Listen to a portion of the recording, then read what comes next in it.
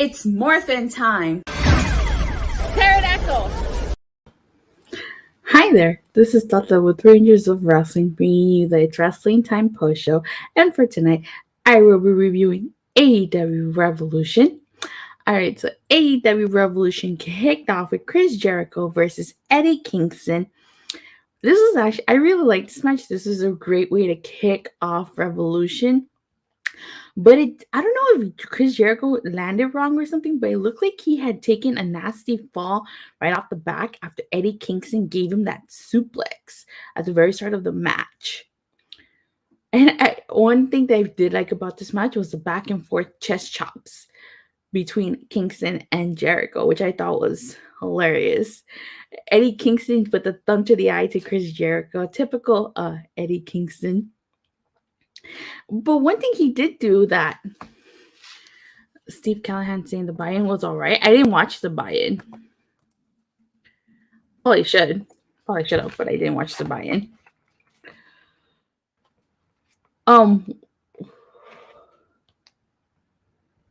Brandon Steffens. Okay. One thing that I like that Kingston did was actually no. One thing that Kingston kept doing that I thought was kind of odd was he kept biting Chris Jericho. Yeah, he bit him up. He bit his hand, and then it was kind of. See, Michael 101591 saying, I missed a buy-in in the first half of the show. You missed a great show. What a night. Steve Callahan is saying, yes, what a night. Jericho got into a little spat with Audrey Edwards, which I thought was hilarious. And then the elbow to the twice to Chris Jericho. And at one point, Chris Jericho did struggle to get to his feet. But I will say Eddie Kingston ended up being victorious, which I think was the right call. Eddie Kingston needed to win this. Jericho really didn't need to win this. And if you guys recall, Chris Jericho did say that if Eddie Kingston beat him, he would be a man of his word and say that he was better than him. But Michael 101591 says, I did tune in during the ladder match to the main event. Oh, that's good. But, Eddie Kingston extends his hand to Chris Jericho, but Chris Jericho refuses, and he just walks away. He refuses to shake his hand. So Chris Jericho did not keep his word.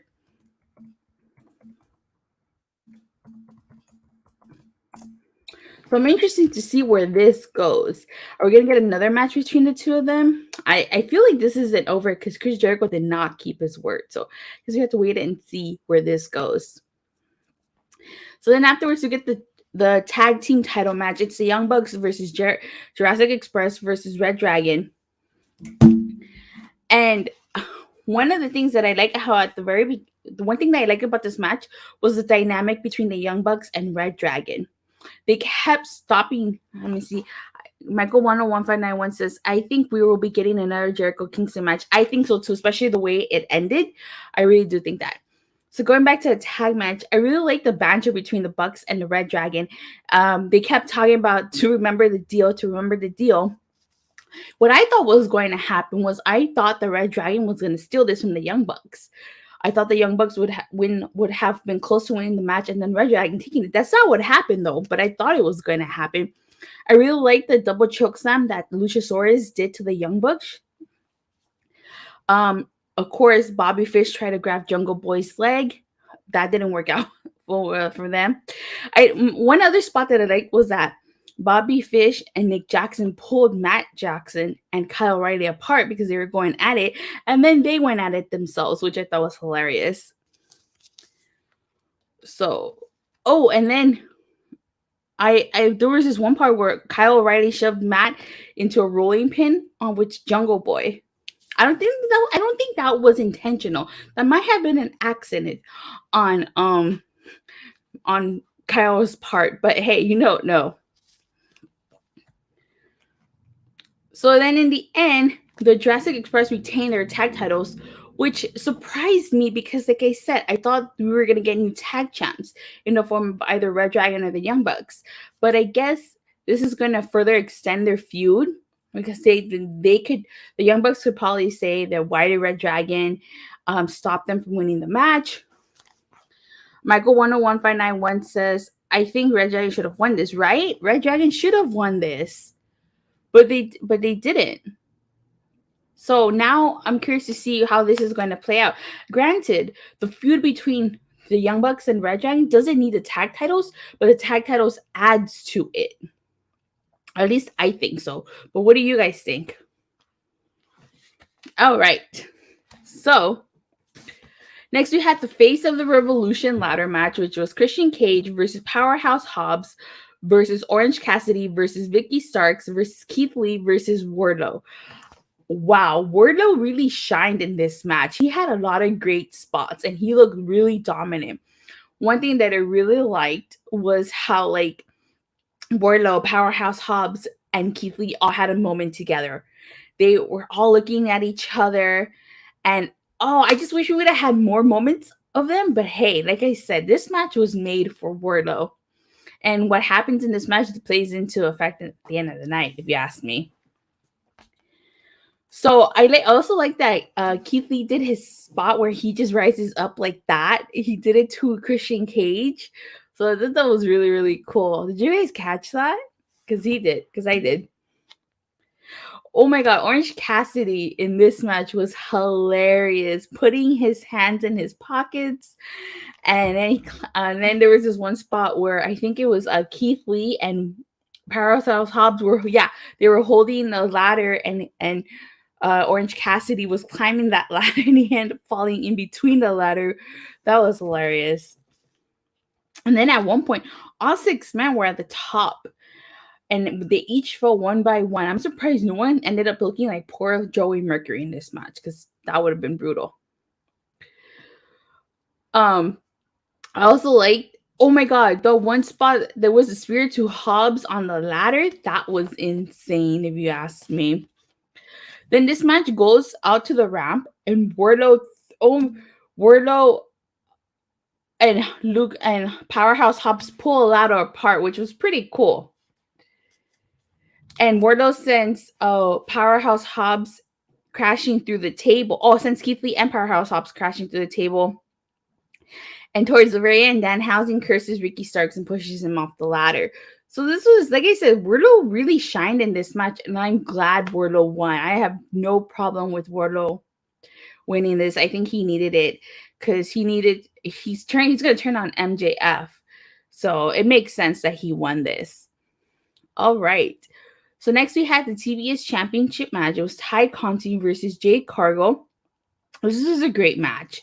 Very great match. Let me see. Michael 101591 says, this is an awesome ladder match. Warlow deserved that win. Yeah, he did. Warlow deserved it. In my opinion, it would have been too soon for Keithley to win.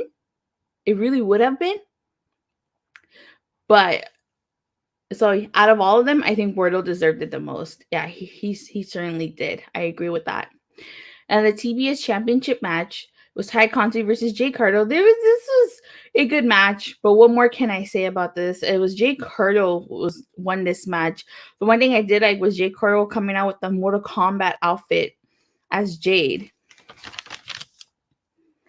Okay, so then we had MJF versus CM Punk in the dog collar match. I have to say, let me see, typical Jake Cargill win and retain. Nothing new for me, LOL, but she's still impressive. Yeah, and she is impressive. She's gotten a lot better. Okay, so this match, one thing that I like about this match was how at the beginning, you hear CM Punk's theme play, and you think it's CM Punk, but it's really not. So it plays for a couple seconds, and then MJF music hits. Dog collar was great. Yes, it was. Now, CM Punk came out to his old Ring of Honor theme and his old Ring of Honor wardrobe, which I thought was a pretty cool spot, pretty cool moment. CM Punk got busted open during this match. And one of the things I really like about this match was just the spot that I like was when MJF pulled that bag. As soon as he pulled that bag, I knew it was Thumbtacks. Like, I think we all knew it was Thumbtacks. Let me see. Love that Punk used ROH theme. Yeah, definitely. And it makes a lot of sense, especially now that Tony Khan owns Ring of Honor, so they can use their Ring of Honor teams. I wonder if Adam Cole Baby will go back to using his David Rolf. I got something for you theme. Punk at one point bit MJF's hand. Oh, that suplex to the thumbtacks was oh my god. That made me go like this because it was crazy. And of course, MJF called out to Warlow. Let me see. I've never seen Punk get suplexed into thumbtacks before. Yeah, I mean, this was the first time. So, I have to say, when Warlow came out, I thought it was going to be the whole typical Warlow hands him the ring. MJF uses the ring. He wins. Okay, so Warlow turned on MJF. Warlow turned on MJF before Veer even debuted on Raw. So another thing that happens before Veer debuts.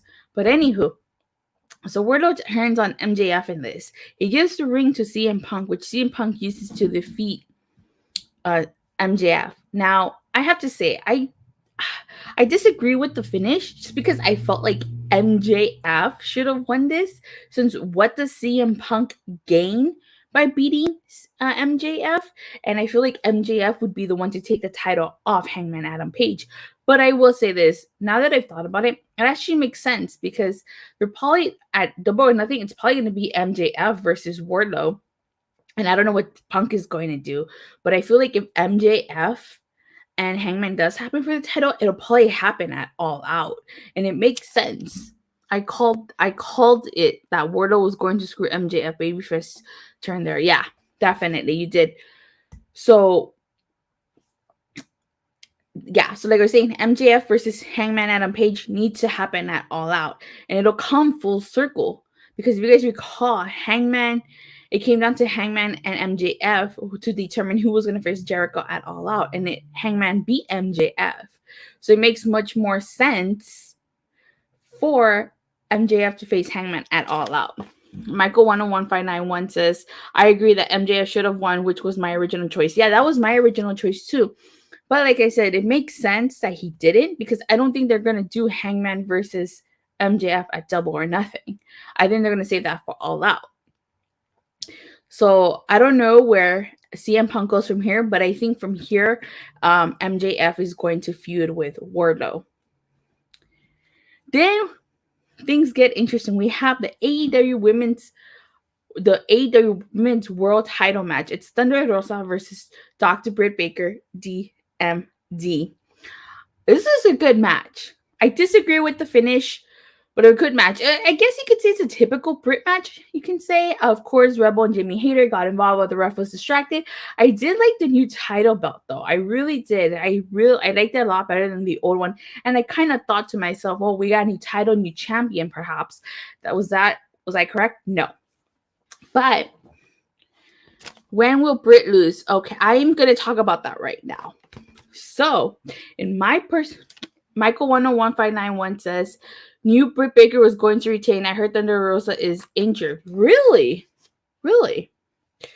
Okay. So, in my personal opinion, this is what I think is going to happen. The new women's belt is better. Yeah, it definitely is. Okay.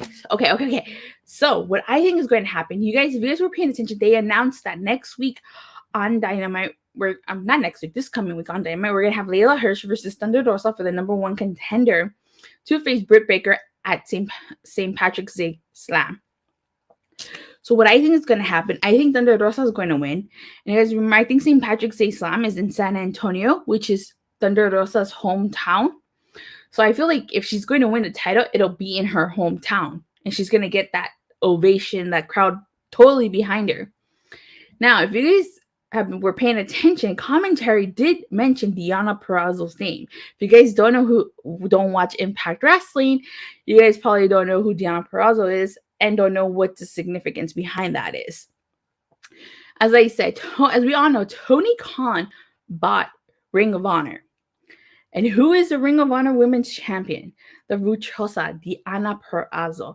And it was significant that they mentioned her name because what's coming up, Battle of the Belts and Supercard of Honor. So, let me see. Michael 101591 says that makes sense if she wins the title in her hometown. It does make sense. It does. Now, if Thunder Rosa is not going to be the one facing Britt, okay, so this is going to, one of two things is going to happen. Either Thunder Rosa wins and faces Britt and she takes the title. Then I feel like Britt might face Deonna Purrazzo for the Ring of Honor Women's Champion at Super Card of Honor or Battle of the Belts. Unless they want to do a champ situation like Deonna Purrazzo. So the reason why I say that's important is because Deonna Purrazzo on Impact Wrestling does a champ challenge in which she has an open challenge against anyone, and they can challenge her for either the AAA Reina de Reinas title or the Ring of Honor Women's title. Hence, let me see. I don't have to watch Impact to know Deonna, but I know of her and her work is great. That's good, Michael 101 Michael 101591 that you know who Deonna is. That's great. I'm just saying so if some people don't know who she is. So if she does the open challenge, which I'm assuming she's going to do it at Super Card of Honor, I would think Britt Baker would answer that challenge. But she would probably drop the AEW Women's title before then. So that would mean that Thunder Rosa would take the title off of her at St. Patrick's Day Slam. Unless, again, of course, they're going for a champ for Britt Baker. What do you guys think? You guys think Britt Baker will be a double champion? Or do you guys think Thunder Rosa's taking that belt off of her in San Antonio? I think she's taking that belt off of her in San Antonio. But that's just me. But you guys are more than welcome. I definitely would like to know your thoughts and opinions. More than welcome to agree or disagree with me. Hence why them mentioning Deonna Purrazzo on commentary was significant. Let me see. Okay, no new comments. But that's just my take. So now it makes sense why Britt Baker won, even though I initially disagreed with the finish. Michael 101591 says, that sounds interesting, but she's taking the belt off of Baker. Deonna Purrazzo is awesome. I was a fan of her back in NXT. I always had hoped she'd get more opportunities there. I'm so happy that she's being used properly nowadays. Yeah, definitely. So, interesting theory. Come back to the stream if one of those two things happened. So I'm going to clip this. All right, so then we got Jon Moxley versus Bryan Danielson. What can I say about this match? This match was great. Like, I really liked this match. Both men at one point were busted open. I honestly would. Let me see. Michael 101591 is saying was Deonna was wasted in NXT, which is a crime. Yeah, that's true. All right. So I honestly would have been happy with whoever won this. Even though I was pulling for Jon Moxley, I would not have been upset if he lost because this was a fantastic match. Both men at one point were busted open. And there was this one spot that I liked where they were like both sitting down, holding onto each other, and then they were just like kicking each other. And then during one pinning predicament, Moxley put his foot on the bottom rope, which broke the pin. If you ask me, I thought that was pretty cool. Awesome match between Bryan and Moxley. Yeah, that is so true. And of course, Jon Moxley was victorious in this. That I thought the ending might have been a kind of a botch because it looked like I didn't see when he got Bryan Danielson onto the shoulders down, but when they replayed the footage, yeah, I saw him. That match was good between Moxley and Bryan. Yeah. I agree. But the talking point of the match was what happened at the end. There was a slugfest going on between both men. And guess who comes out, people? Guess who comes out? It's William Regal. William Regal is now all elite. I was shocked that William Regal came out, honestly, right? What did you guys think of William Regal coming out? But so I'm curious to see what happens. It seems like William Regal came out and he put order between Bryan Danielson and Jon Moxley. He made them shake hands, and so now we have a stable consisting of Bryan Danielson and Jon Moxley. Now, are they going to go after the tag titles? Are they going to recruit these people? Let me see. C. Callahan saying William Regal is all elite. Michael 101591 says I marked that when I saw William Regal came out. Triple H is probably furious right now. Yeah, he probably is furious, super furious. But I thought that was pretty cool. So I'm excited to see where this storyline goes with William Regal, Bryan Danielson, and Jon Moxley. Are they going to challenge for the tag titles? Are they going to create a stable? Do we need another stable in AEW? I feel like we have a lot of stables. We do. Regal might be a manager to Moxley and Bryan. I can see that happening for sure. All right, so then after that, we had the Trios Tornado match. It was Andrade El Idolo, Matt Hardy, and Isaiah Cassidy versus Darby Allen, Sting, and the TNT champion Sammy Guevara.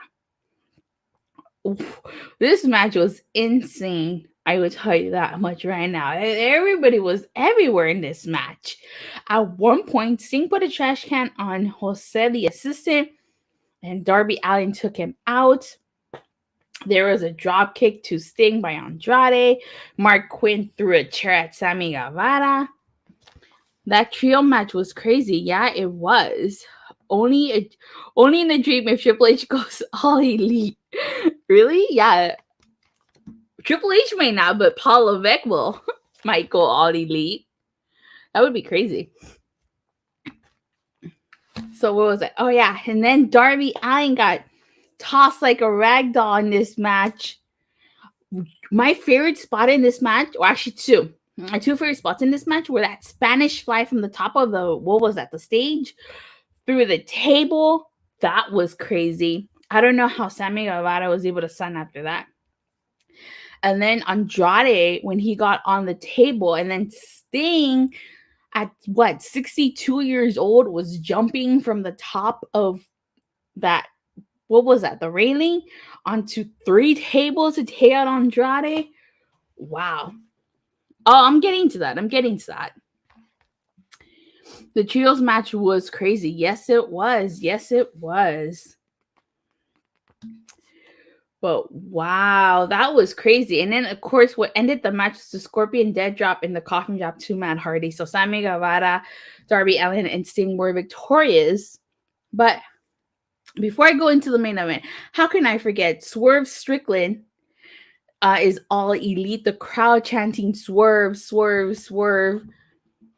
A 60-year-old Sting jumping through tables. What did we watch it in that spot, right? So he was asking the crowd, whose house is it?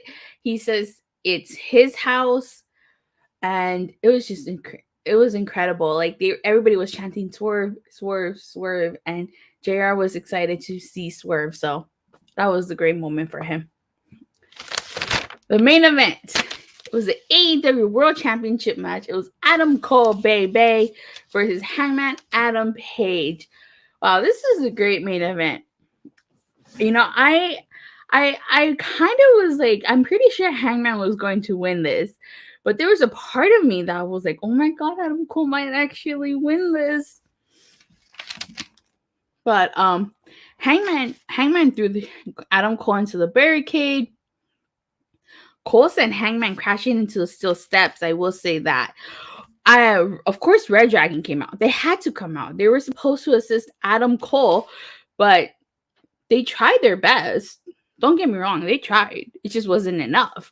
They grabbed the timekeeper's table so that Adam Cole can put Hangman through there. But instead, Hangman hit the Deadeye to Adam Cole through that table. The Dark Order also came out to check on Hangman. And then there was a fight that broke out between between the Dark Order and ReDragon. Of course, ReDragon will cause a distraction, though, during the match. Oh, another spot that I liked was that Panama Sunrise on the floor. That was insane. And in the very last moment, Adam Cole put his hand on the bottom rope. And then Hangman got his revenge and tied Adam Cole on the rope, much like how Adam Cole and ReDragon tied Hangman up. And then in the end, Hangman was victorious. And what I really liked was that even though Adam Cole was knocked out, he grabbed his hand and he shook it, showing that he respected Cole. So overall, great pay-per-view, start to bottom. Like I said, I disagree with some of the finishes initially, like with MJF. I disagree with that one. and I disagreed with Britt Baker, but now that I've analyzed and I looked at everything, the endings make sense. So great pay-per-view. Was a little long. It was a little long. I feel sorry for my friends on the East Coast.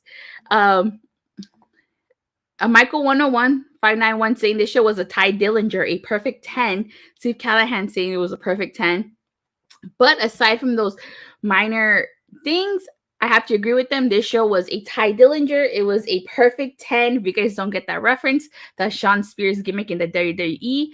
And it was a 5 out of 5. What? I don't have anything more to say. Let me see. This was the WrestleMania for us, not that crap show we are going to see in 4 weeks. Oh my God. That is true. This was an incredible pay-per-view. There is not, I don't think, good review. Thank you. I really don't think that there was one single bad match in this pay-per-view at all. All the matches were enjoyable. Perfect 10. A Ty Dillinger. All right. And well, thank you guys all so much for watching and for your continued support. Please don't forget to like and subscribe. And I will see you guys tomorrow after Monday Night Raw. Bye.